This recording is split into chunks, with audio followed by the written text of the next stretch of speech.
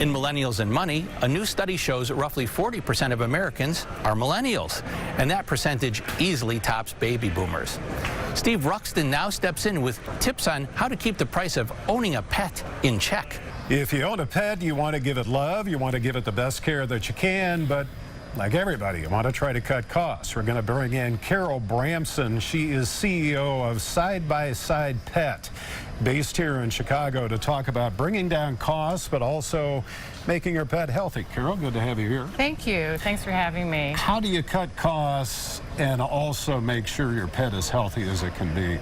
Yeah, well, costs are dependent upon age and breed, and one of the most major costs you can incur as a pet owner relates to medical costs. And what we like to talk about at Side by Side is focusing on nutrition and prevention and wellness. And through nutrition, you can significantly reduce your costs over time.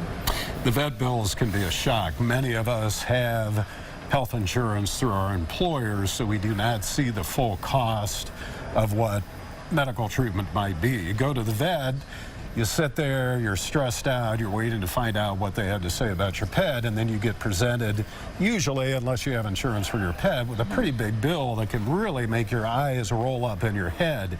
How can you bring down those vet costs? So vet costs have been increasing in the pet sector, and a big reason for this is overall wellness. One of the things that statistics have shown is that the average lifespan of a pet has gone from 15 to 16 years down to 8 or 9. Wow. And obesity rates in pets are over 50%. They're 53% in dogs, 58% in cats. And health issues can derive from obesity issues as well. So focusing on prevention is really critical, and one of the factors that comes up in both of these instances is nutrition. I hear Whole Foods, I see dollar signs.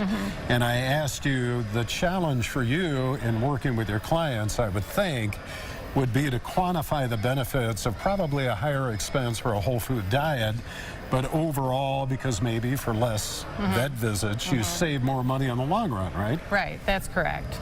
So it may appear as though the costs are higher up front, but over time, you benefit not just from lower costs from vet bills, but from a longer, healthier life. So one of the things that's occurred, and the reason for the lifespan decrease, is a result of the food that's been in the system over the number of years. So if your pet has been eating a dry kibble food, there's a chance that the process by which that food is made is affecting their wellness and their health state. And for that reason, whole foods are so much more significant in providing a wellness state. Great topic. Good to have you here. Thank you, Carol.